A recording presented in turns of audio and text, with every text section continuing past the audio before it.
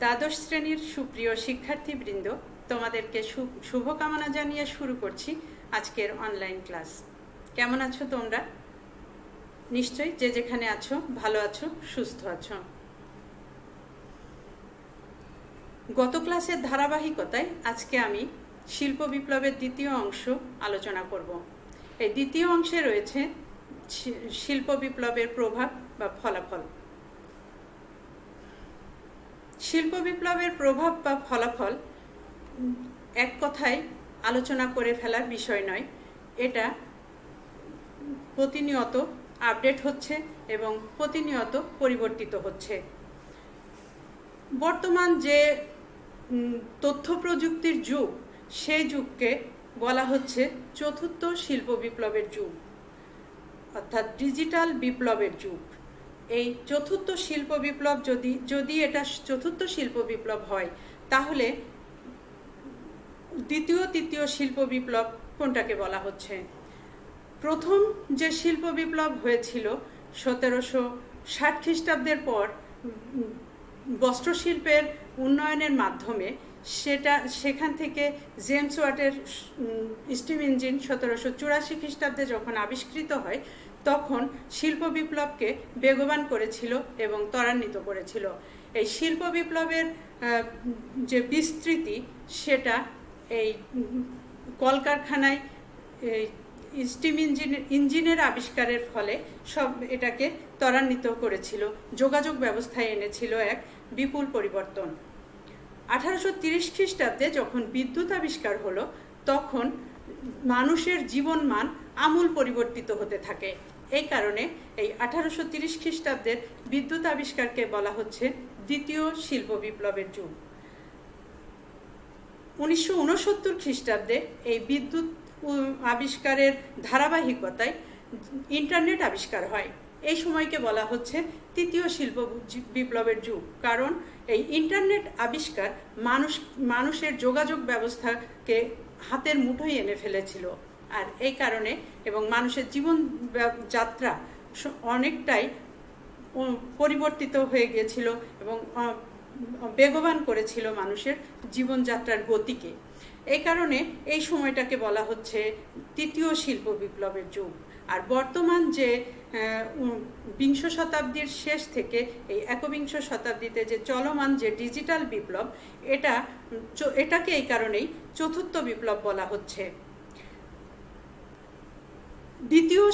প্রথম এবং দ্বিতীয় শিল্প বিপ্লবের ধারাবাহিকতাই হলো তৃতীয় ও চতুর্থ শিল্প বিপ্লবকে ত্বরান্বিত করেছিল। কাজেই শিল্প বিপ্লবের সুফল আমরা ভোগ করছি এবং চতুর্থ শিল্প বিপ্লব যে ডিজিটাল বিপ্লবের যে সুফল আমরা ভোগ করছি, তার উদাহরণ দেওয়ার জন্য দূরে কোথাও না গিয়ে আমরা যদি আমাদের আজকের এই অনলাইন ক্লাসকেই উদাহরণ হিসাবে ধরি, তাহলে দেখতে পাবো আমরা কিভাবে শিল্প বিপ্লবের সুফল ভোগ করছি। তো শিল্প বিপ্লবের সুদূর প্রসারী ফলাফল রয়েছে এবং আমরা সেটা প্রতিনিয়ত ভোগ করছি। ভবিষ্যতে আরও হয়তো আপডেট হবে, আমরা সেগুলো উপভোগ করব। তবে আমরা যেহেতু ইতিহাসের স্টুডেন্ট, তাই আমাদেরকে অবশ্যই শিল্প বিপ্লব যখন সংগঠিত হয়েছিল এবং যে দেশে সংগঠিত হয়েছিল, সেই দেশের তাৎক্ষণিক যে প্রতিক্রিয়া বা ধীরে ধীরে যে পরিবর্তন হচ্ছিল, সেগুলো আমাদের একটু দেখে আসা প্রয়োজন। তাই আমরা এখন শিল্প বিপ্লব পরবর্তীতে ইংল্যান্ড কিভাবে প্রভাবিত হয়েছিল শিল্প বিপ্লব দ্বারা, সেটা আলোচনা করব। প্রথমেই আমরা আলোচনা করব অর্থনৈতিক শিল্প বিপ্লব। আলোচনার শুরুতে যখন আমরা শিল্প বিপ্লবের কারণ বা প্রথম ক্লাসে যখন কারণ আলোচনা করেছি, তখন আমরা সেখানে শিল্প বিপ্লব পূর্ববর্তী ইংল্যান্ডের অর্থনৈতিক, সামাজিক, রাজনৈতিক অবস্থা আমরা জেনেছিলাম। এখন যদি আমরা শিল্প বিপ্লব পরবর্তীতে ইংল্যান্ডের অর্থনৈতিক, সামাজিক, রাজনৈতিক অবস্থা আলোচনা করি, তাহলে বুঝতে পারবো তুলনামূলক পরিবর্তনটা। তো আমরা প্রথমেই আলোচনা করব ইংল্যান্ডের শিল্প বিপ্লব পরবর্তী ইংল্যান্ডের অর্থনৈতিক অবস্থা। অর্থনৈতিক অবস্থার ক্ষেত্রে আমরা দেখি যে শিল্প বিপ্লবের ফলে প্রথমেই যে পরিবর্তনটা হয়েছিল সেটা হলো কৃষি প্রধান অর্থনীতি থেকে শিল্প প্রধান অর্থনীতিতে রূপান্তর। অর্থাৎ শিল্প বিপ্লবের আগে ইংল্যান্ডে কৃষি প্রধান অর্থনীতি ছিল, গ্রামভিত্তিক জীবন ব্যবস্থা ছিল। সেটা পরিবর্তিত হয়ে শিল্প বিপ্লবের পর সেটা শিল্প প্রধান অর্থনীতিতে রূপান্তরিত হয় এবং শহরভিত্তিক জীবনযাপন শুরু হয়। এরপরে পুঁজিবাদের উদ্ভব। আমরা আগের ইংল্যান্ডের অবস্থা দেখতে পাবো, সেখানে ছিল সামন্ততান্ত্রিক ব্যবস্থা, অর্থনৈতিক ব্যবস্থা। সেখানে যে অভিজাত শ্রেণীর নির্যাতনে সাধারণ মানুষের ডেভেলপমেন্টের সুযোগ ছিল না। তো এই শিল্প বিপ্লবের ফলে পুঁজিবাদের উদ্ভব হলো। শিল্প কারখানায় বিপুল পরিমাণে পুঁজি বিনিয়োগের প্রয়োজন হতো, আর এই কারণেই যে শিল্প বিনিয়োগকারী যেসব ব্যক্তি বা সংস্থা তাদের নিয়ন্ত্রণে চলে যায় আস্তে আস্তে ইংল্যান্ডের অর্থনৈতিক ব্যবস্থা। এই কারণে এই সময়টাকে বলা হচ্ছে পুঁজিবাদের উত্থানের সময়।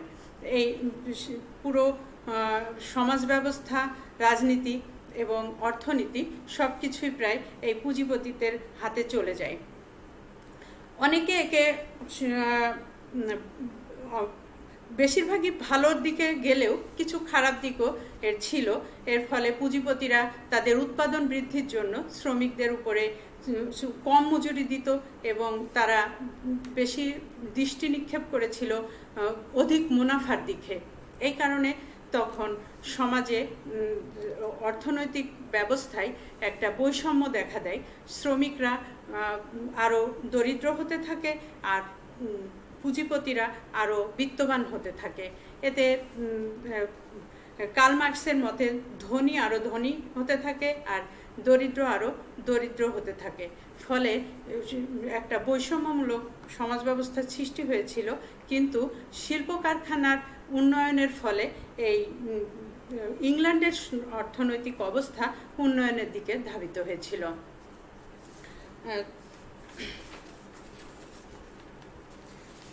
নতুন নতুন শহর সৃষ্টি। শিল্প বিপ্লবের ফলে গ্রামভিত্তিক অর্থনীতি থেকে মানুষ যেহেতু শহরভিত্তিক অর্থনীতির দিকে ধাবিত হয়, তাই নতুন নতুন শহর সৃষ্টি হয়েছিল। সেই সময় ইংল্যান্ডে Manchester, Norwich, Bristol, Birmingham, Liverpool সহ বিভিন্ন উন্নত শহর সৃষ্টি হয়েছিল। রাস্তাঘাটের উন্নয়ন হয়েছিল। উৎপাদন বৃদ্ধি। শিল্প বিপ্লবের পূর্বে যে পরিমাণ উৎপাদন হতো 1760 থেকে 50 খ্রিস্টাব্দের মধ্যে দেখা যায় যে প্রায় আমদানি 12 গুণ বেড়ে গিয়েছিল এবং রপ্তানি 13 গুণ বেড়ে গিয়েছিল। কাজেই উৎপাদন বৃদ্ধির ফলেই এটা সম্ভব হয়েছিল। এছাড়া 1760 খ্রিস্টাব্দের দিকে দেখা যায় যেখানে সুতা কাটার জন্য মাত্র 40,000 শ্রমিক নিয়োগ করা যেত, সেখানে 1831 খ্রিস্টাব্দে এসে দেখা যায় সুতা কাটার কারখানায় 8 লাখ শ্রমিক কাজ করছে। কাজেই মানুষের কর্মসংস্থানেরও সৃষ্টি হয়েছিল এবং উৎপাদনও বৃদ্ধি পেয়েছিল। যোগাযোগ ব্যবস্থার উন্নতি। যোগাযোগ ব্যবস্থায় এক আমূল পরিবর্তন সূচিত হয়। আগে কৃষি প্রধান জীবন ব্যবস্থা, গ্রামভিত্তিক জীবন ব্যবস্থার কারণে সেখানে ইংল্যান্ডে রাস্তাঘাট বা রেল লাইন এগুলো ছিল না। পরবর্তীতে রেল ইঞ্জিন আবিষ্কারের পর রেল লাইন হয়। এছাড়া রাস্তাঘাটও অনেক উন্নতি করা হয়, যে কারণে ইংল্যান্ডের সহ সারা বিশ্বের সাথে ইংল্যান্ডের যোগাযোগ ব্যবস্থা উন্নতি ঘটে। বিশ্বব্যাপী উপনিবেশ স্থাপন। উপনিবেশ হলো যখন কোনো অন্য দেশ একটি দেশকে শাসন করে, এটাকে বলা হয় উপনিবেশিক শাসন ব্যবস্থা। তো ইংল্যান্ড যখন শিল্প বিপ্লবের মাধ্যমে উন্নতি সাধন করলো, ইংল্যান্ডে অর্থনৈতিকভাবে সমৃদ্ধশালী হতে থাকে, তখন আমেরিকা, ভারতবর্ষ, তারপর আফ্রিকা এবং মধ্যপ্রাচ্য সহ পৃথিবীর বিভিন্ন অঞ্চলে উপনিবেশিক শাসন ব্যবস্থা কার্যকর করেছিল। তো অর্থনৈতিক ক্ষেত্রে এই পরিবর্তনগুলো ইংল্যান্ডে আমরা তাৎক্ষণিকভাবে দেখতে পাই যে ইংল্যান্ড খুব দ্রুতই বিশ্বের অর্থনৈতিক দিক থেকে বিশ্বের সবচেয়ে শক্তিশালী রাষ্ট্র হিসাবে আবির্ভূত হয়েছিল এই শিল্প বিপ্লবের মধ্য দিয়ে। এরপরে আমরা আসি সামাজিক অবস্থা। সামাজিক অবস্থায় আমরা দেখি যে পুরাতন কৃষি নির্ভর অর্থনীতি থেকে যেহেতু শিল্পমুখী সমাজ ব্যবস্থা গড়ে উঠতে শুরু করেছে, এই কারণে বুর্জোয়া বা একদিকে বুর্জোয়া শ্রেণীর সৃষ্টি হয়েছে, আর একদিকে শ্রমিক শ্রেণীর সৃষ্টি হয়েছে। এর ফলে বুর্জোয়াদের মধ্যে আবার ধনী, মধ্যবিত্ত এবং নিম্নবিত্ত শ্রেণীরও উদ্ভব হয়। এর মধ্য দিয়ে আমরা বলতে পারি যে ইংল্যান্ডে মধ্যবিত্ত শ্রেণীর উদ্ভব হয়েছিল। তো এই বিপ্লব আসলে মানুষকে একদিকে যেমন সমাজ ব্যবস্থায়, একদিকে যেমন শহরকেন্দ্রিক সমাজ ব্যবস্থা কিছুটা উন্নত চকচকে সমাজ ব্যবস্থার সৃষ্টি করেছিল, আর একদিকে তেমন একটু শোষক শ্রেণীরও আবির্ভাব হয়েছিল। বুর্জোয়া ধনিক শ্রেণীর হাতে সকল ক্ষমতা চলে যাওয়ার ফলে তারা শ্রমিকদেরকে কম মজুরি দিয়ে বেশি মুনাফার দিকে নজর দেওয়ায় শ্রমিকরা নির্যাতিত হতে থাকে এবং সমাজ ব্যবস্থায়, এই শহরকেন্দ্রিক সমাজ ব্যবস্থায় পুঁজিপতি এবং শ্রমিক দুটি শ্রেণীর মধ্যে অনেক ব্যবধান গড়ে ওঠে। রাজনৈতিক ক্ষেত্রে আমরা দেখতে পাই যে রাজনৈতিক ক্ষমতা ক্রমশ শিল্পপতি ও পুঁজিপতিদের হাতে চলে যাওয়ার ফলে রাজনীতিতে এই পুঁজিপতি সম্প্রদায় শ্রমিকদের উপরে নানানভাবে নির্যাতন করতে থাকলে এই শ্রমিকরা তাদের দাবি দাওয়া আদায়ের জন্য একটি ট্রেড ইউনিয়ন গঠন করে এবং এর মাধ্যমেই এই শ্রমিকদের অধিকার আদায়ের জন্যই লেবার পার্টির জন্ম হয়েছিল।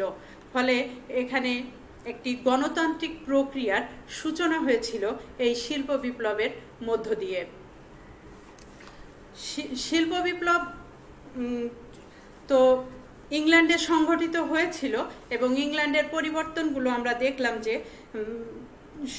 অর্থনৈতিক, রাজনৈতিক, সামাজিক সকল ক্ষেত্রেই একটা আমূল পরিবর্তন সূচনা হয়েছিল, যেটা সময়ের সাথে যুগোপযোগী একটা পরিবর্তন, যে পরিবর্তনই পরবর্তীতে আরও 3টি বিপ্লব সংগঠিত করতে সাহায্য করেছিল। তবে ইংল্যান্ডে এই পরিবর্তনগুলো হয়েছিল, কিন্তু শুধু ইংল্যান্ডেই শিল্প বিপ্লবের প্রভাব থেমে থাকেনি। পরবর্তীতে ধীরে ধীরে ইউরোপের বিভিন্ন দেশ থেকে সারা পৃথিবীতেই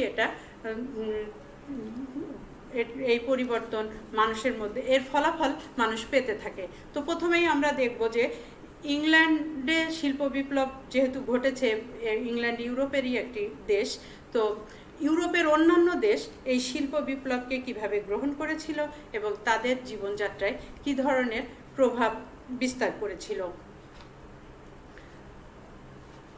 প্রথমেই আলোচনা করব বেলজিয়ামে শিল্প বিপ্লবের প্রভাব। বেলজিয়াম 1830 খ্রিস্টাব্দের আগে ছিল ছিন্ন বিচ্ছিন্ন অবস্থা, ছোট ছোট প্রদেশে অন্তর্ভুক্ত। তারা 1830 খ্রিস্টাব্দে স্বাধীনতা লাভ করে এবং তারপরই এই বেলজিয়ামে শিল্প বিপ্লবের সূত্রপাত হয় এবং বেলজিয়াম তারা রাষ্ট্রীয় পৃষ্ঠপোষকতায় শিল্প কারখানা গড়ে তুলতে শুরু করে এবং শিল্প বিপ্লব তাদের জীবন যাত্রাকে অনেক শহরকেন্দ্রিক জীবনযাত্রায় নিয়ে যেতে এবং জীবনযাত্রার মান পরিবর্তন খুব দ্রুতই করতে সক্ষম হয়েছিল। ব্রিটেনের পরে বেলজিয়ামের ওয়ালোনিয়া হয় দ্বিতীয় বৃহত্তম শিল্প উন্নত অঞ্চল। তো বেলজিয়ামকে তাহলে আমরা দেখা যায় যে খুব দ্রুতই প্রায় ইংল্যান্ডের মতো করেই বাজার সৃষ্টি করতে সক্ষম হয়েছিল। এরপরে ফ্রান্সে শিল্প বিপ্লবের প্রভাব। আমরা জানি ফ্রান্স এবং ইংল্যান্ড পাশাপাশি দুটি রাষ্ট্র। তো যদিও ইংল্যান্ডে 1760-এর পর থেকেই শিল্প বিপ্লবের সূচনা হয়েছিল এবং উন্নতি করতে শুরু করেছিল, কিন্তু ফ্রান্সের শিল্প বিপ্লব আরও পরেই হয়েছিল। এর মধ্যে দ্বিমত রয়েছে। কেউ কেউ মনে করে 1815 থেকে 1830 খ্রিস্টাব্দের মধ্যে শিল্প বিপ্লব ঘটেছিল, কিন্তু অনেক ঐতিহাসিকই মনে করছে এই সময়টা আসলে ফ্রান্সের শিল্প বিপ্লবের শিশুকাল। অ্যাকচুয়ালি ফ্রান্সের শিল্প বিপ্লব শুরু হয়েছিল 1850 খ্রিস্টাব্দের পর থেকে।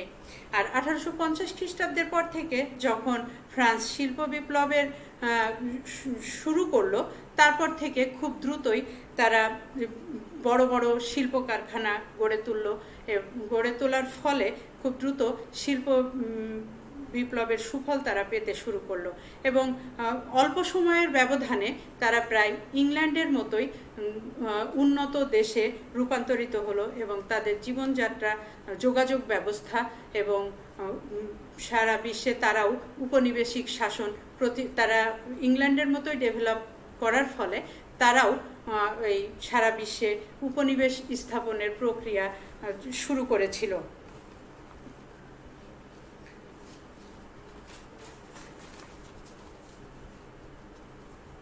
জার্মানিতে শিল্প বিপ্লবের প্রভাব। জার্মানি ফ্রান্সেরও পরে শিল্প বিপ্লব শুরু করে। তারা মানে ইংল্যান্ড এবং ফ্রান্সের চেয়ে বেশ দেরিতেই শিল্প বিপ্লব শুরু করলেও তারা যখন থেকে 1870 খ্রিস্টাব্দের পর থেকে তারা যখন জার্মানি একত্রিত হয়, তার আগে তারা ক্ষুদ্র ক্ষুদ্র রাজ্যে বিভক্ত ছিল, অনেক দ্বন্দ্ব ছিল। পরবর্তীতে তারা যখন জার্মানি একত্রীকরণ ঘটল, তারপর তারা শিল্প বিপ্লবের শুরু করে এবং খুব দ্রুতই এই জার্মানি ইংল্যান্ড এবং ফ্রান্সকেও টেক্কা দেওয়ার মতো অবস্থায় চলে যায় এবং দ্রুত তারা অত্যন্ত উন্নত রাষ্ট্রে পরিণত হয়। 1870 সালে পর থেকেই জার্মানিতে এই শিল্প বিপ্লবের সূত্রপাত। কিন্তু জার্মানির এই উন্নয়নের পিছনে ছিল ফ্রান্সের কাছ থেকে আলসাস ও লোরেল নামক দুটি রাজ্য হস্তগত হয় জার্মানির। এই দুইটি রাজ্য ছিল খনিজ সম্পদে ভরপুর। একদিকে শিল্প কারখানা গড়ে তোলা, অন্যদিকে কাঁচামাল হিসাবে খনিজ সম্পদের উত্তোলন জার্মানিকে খুব দ্রুতই শিল্পোন্নত রাষ্ট্রে পরিণত করেছিল এবং ইংল্যান্ড এবং ফ্রান্সের কাছাকাছি ফ্রান্সের সমকক্ষ করে তুলেছিল।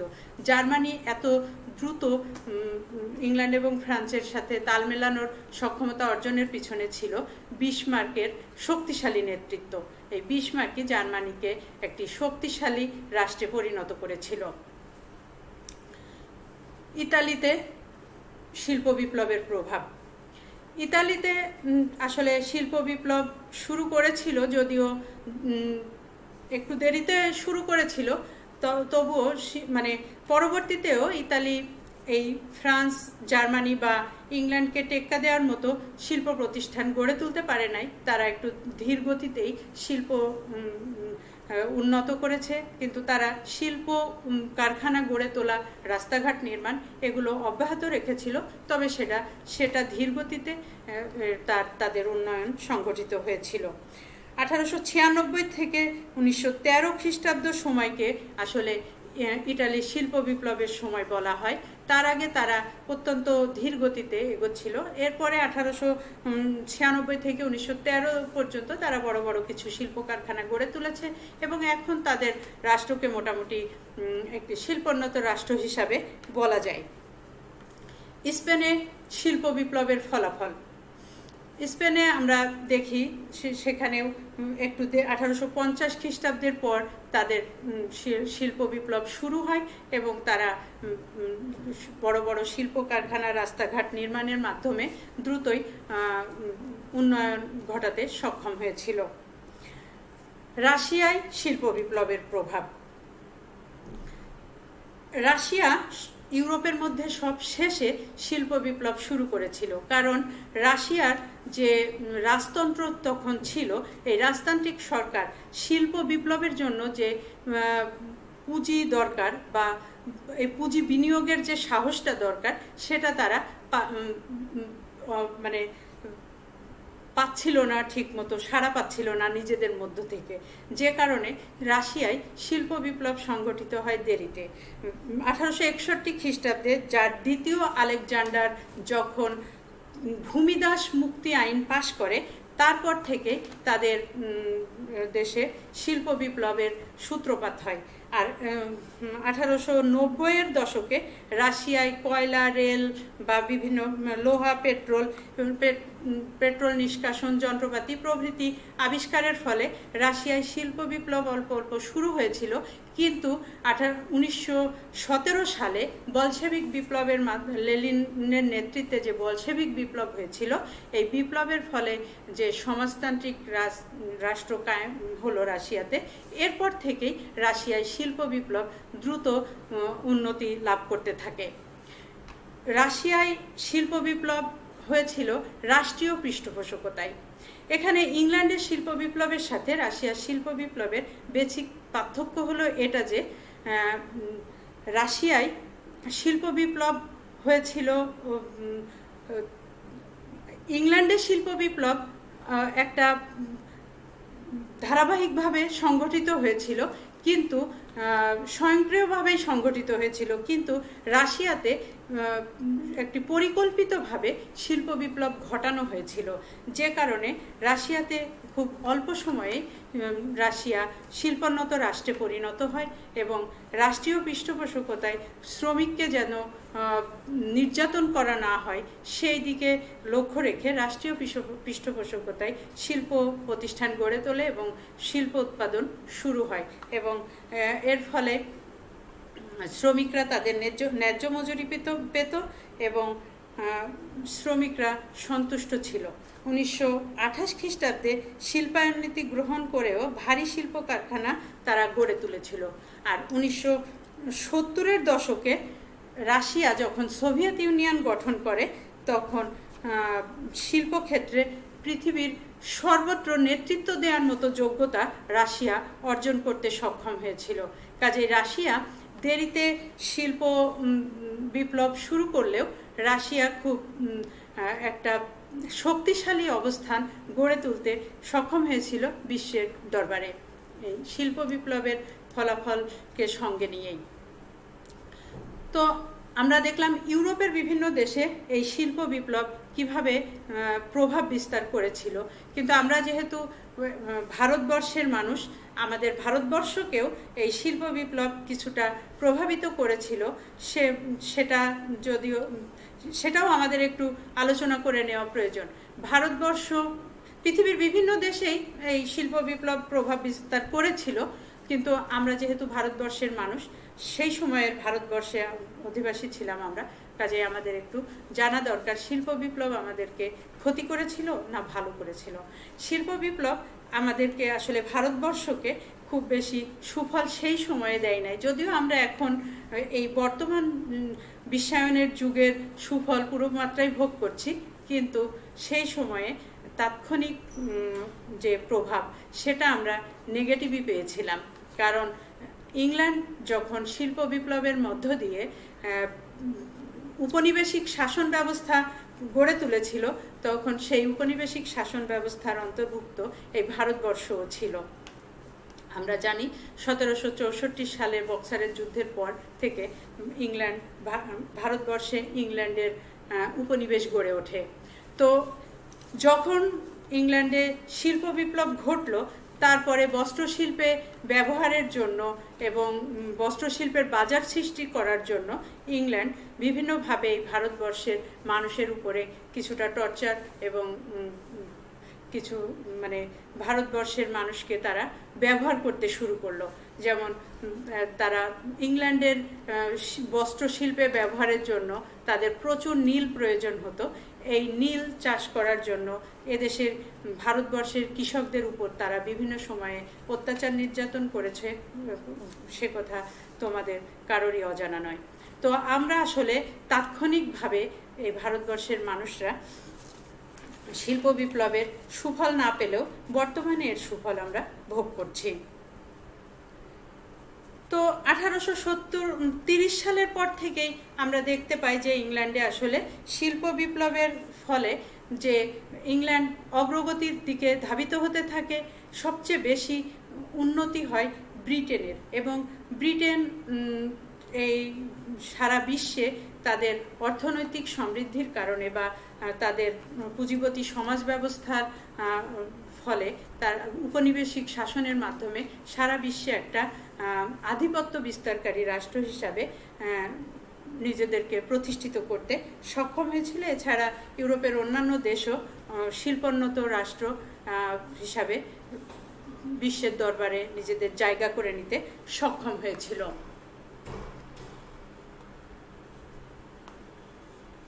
তো শিল্প বিপ্লবের প্রভাব থেকে আমরা দেখতে পাই যে ইংল্যান্ড সহ পৃথিবীর বিভিন্ন দেশে, ইংল্যান্ড ইউরোপের বিভিন্ন দেশ সহ পৃথিবীর বিভিন্ন দেশে এর ফলাফল আমরা যেটা দেখতে পাই সেটা কিছু কুফলও আছে, আবার বেশিরভাগই সুফল।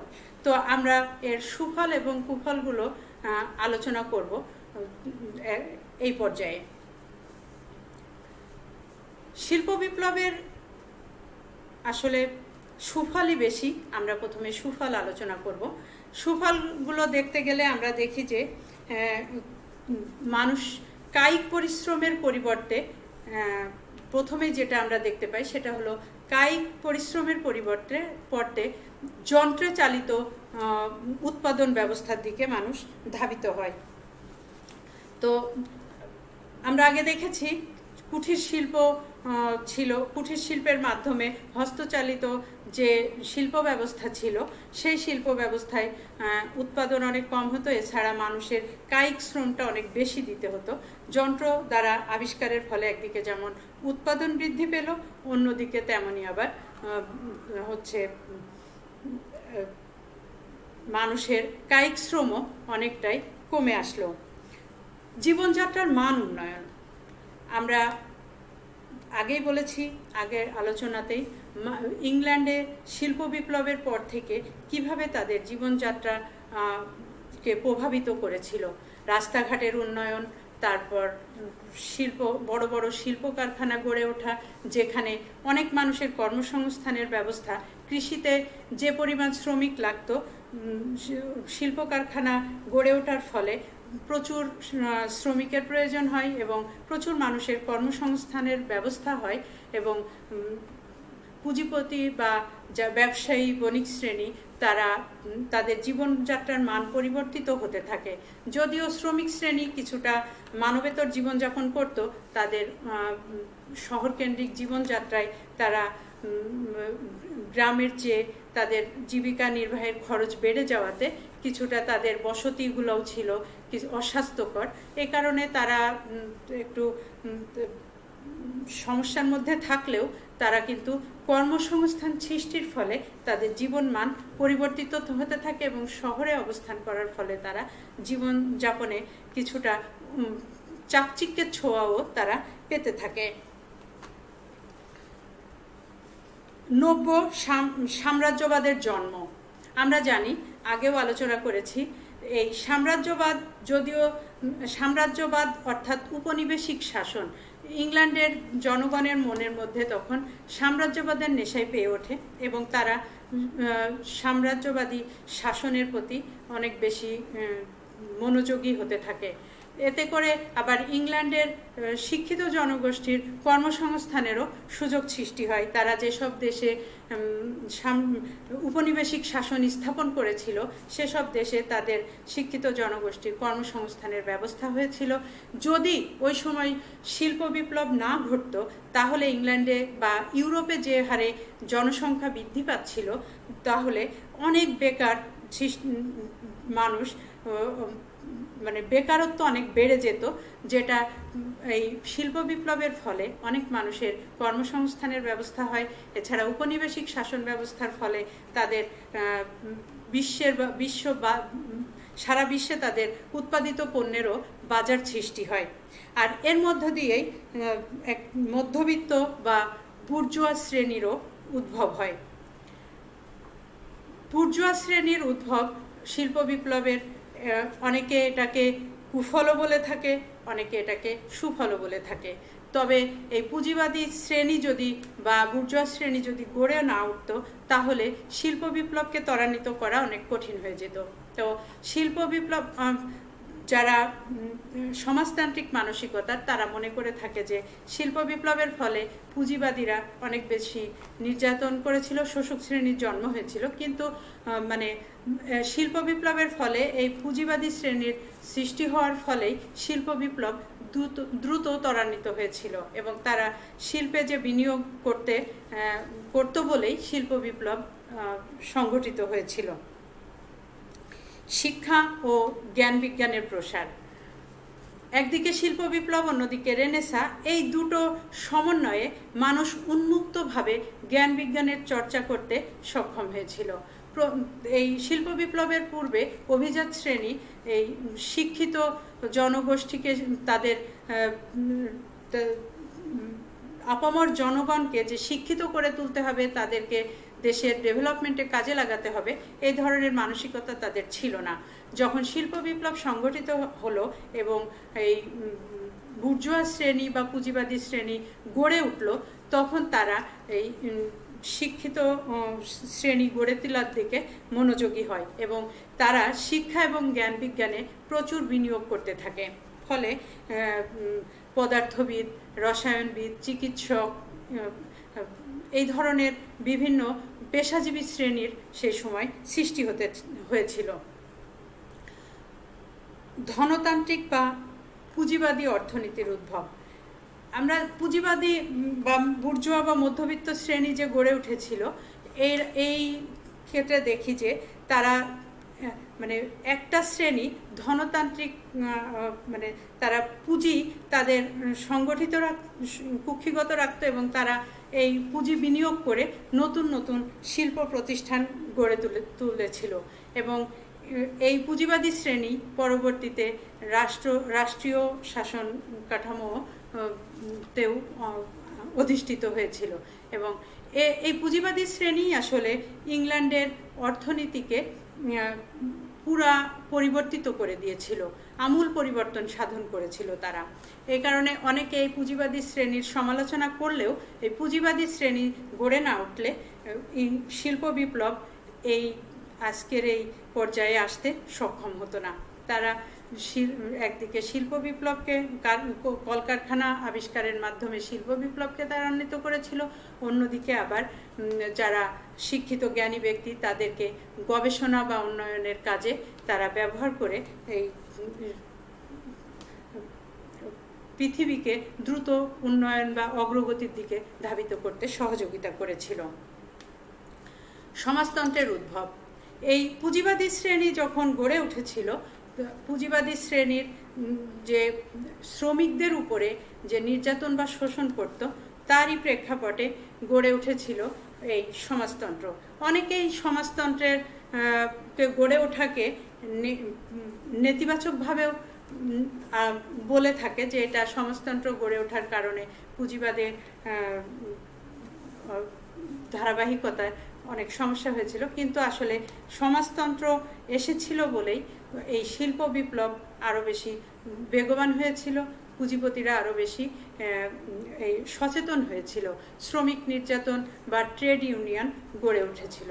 এর ফলে আমরা দেখি যে আসলে মানে শিল্প বিপ্লব যে এখনও নতুন নতুন আবিষ্কারের মধ্য দিয়ে শিল্প বিপ্লব ত্বরান্বিত হচ্ছে, তো সেটার আসলে এই সব কিছুর সমন্বয়েই যদি শিল্প বিপ্লব সংগঠিত না হতো তাহলে এই পরিবর্তনগুলো কিছুতেই সূচিত হতো না। তাই শিল্প বিপ্লবের ফলাফল অত্যন্ত সুদূর প্রসারী। এখন আমরা দেখি শিল্প বিপ্লবের কুফলগুলি। শিল্প বিপ্লবের কুফলের মধ্যে রয়েছে শ্রমিক শ্রেণীর উদ্ভব। শ্রমিক শ্রেণীর উদ্ভব এখানে কেন কুফল বলা হচ্ছে? কারণ শিল্প বিপ্লবের পূর্বে ছিল কৃষি নির্ভর অর্থনীতি। সেখানে কৃষকরা তাদের নিজের ভূমিতে বা ভূমিদাস হিসাবে চাষ করলেও তাদের জীবনযাত্রা ছিল গ্রাম ভিত্তিক, হয়তোবা উন্নয়নের অনেক ছোঁয়া না লাগলেও, শহরের চাকচিক্য না থাকলেও তারা একটা সুস্থ জীবনযাপন করত। কিন্তু যখন এই শিল্প বিপ্লবের পর শ্রমিক শ্রেণী এবং গ্রাম থেকে প্রচুর মানুষ শহরে শ্রমিক হওয়ার জন্য আসতে থাকে, তখন তাদের কিছুটা জীবনযাত্রায় এই শ্রমিক শ্রেণীর মধ্যে একটা মানবেতর জীবনযাপন করতে হতো। তাদের শহরে জনসংখ্যা বাড়তে থাকে এই শ্রমিক শ্রেণীর কারণে।